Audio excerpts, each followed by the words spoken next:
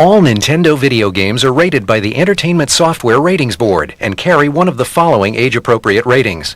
For additional information on game ratings, visit the ESRB at esrb.com.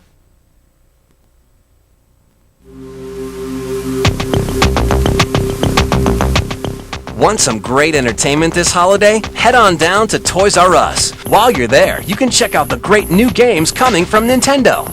The Legend of Zelda, Majora's Mask for the N64 is coming October 26th. Some consider it a sequel to the greatest video game ever. Others claim that it's much better than the original. Let's talk with the experts at Nintendo. Being a sequel to the best video game of all time wouldn't be a bad thing within itself, but at the same time, The Legend of Zelda, Majora's Mask is much more than a sequel. In fact, you could label it as a sequel, but then you have to take everything you know about sequels and throw it out the window.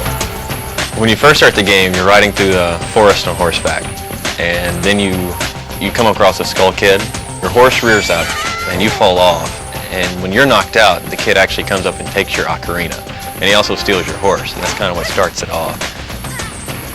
You got 72 hours to save the Earth.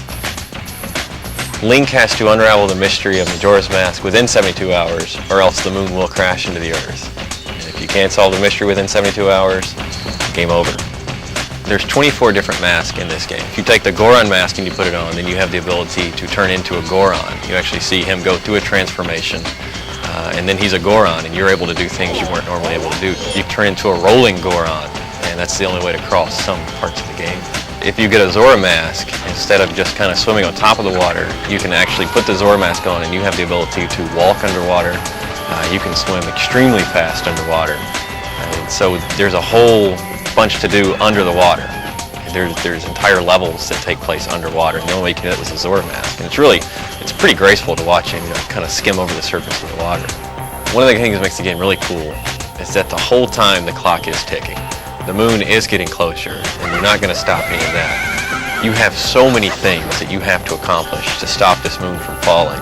If you mess up even the least little bit on a couple of these things,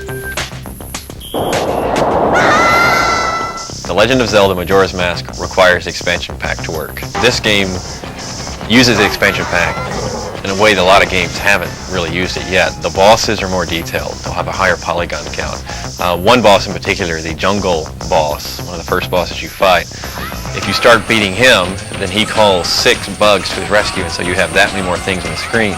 We hit him a couple more times, then he releases about 300 butterflies into the air that will attack you. It's really incredible to see all that on screen. Everybody's going to love this game. Miyamoto is known for redefining the way games are supposed to be played, and this one's no exception. The Legend of Zelda Majora's Mask, your Link, and the world is waiting on you. Reserve your copy now at Toys R Us with a $10 deposit, and you'll be guaranteed to get a collector's edition gold cartridge with this unique 3D label. If you reserve your copy prior to October 25th, you'll also get $10 off this Toys R Us exclusive gold controller, regularly priced at $29.99, now just $19.99 with this offer.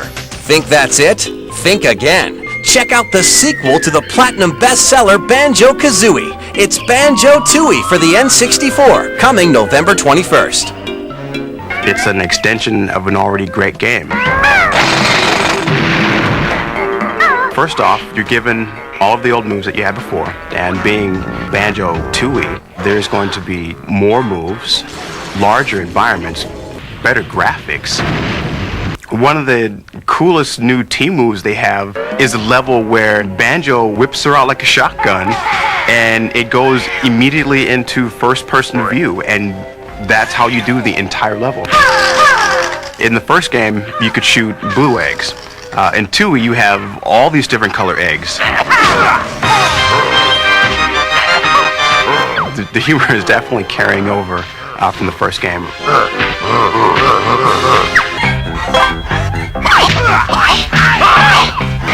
Banjo 2 has definitely given me everything that I've ever expected.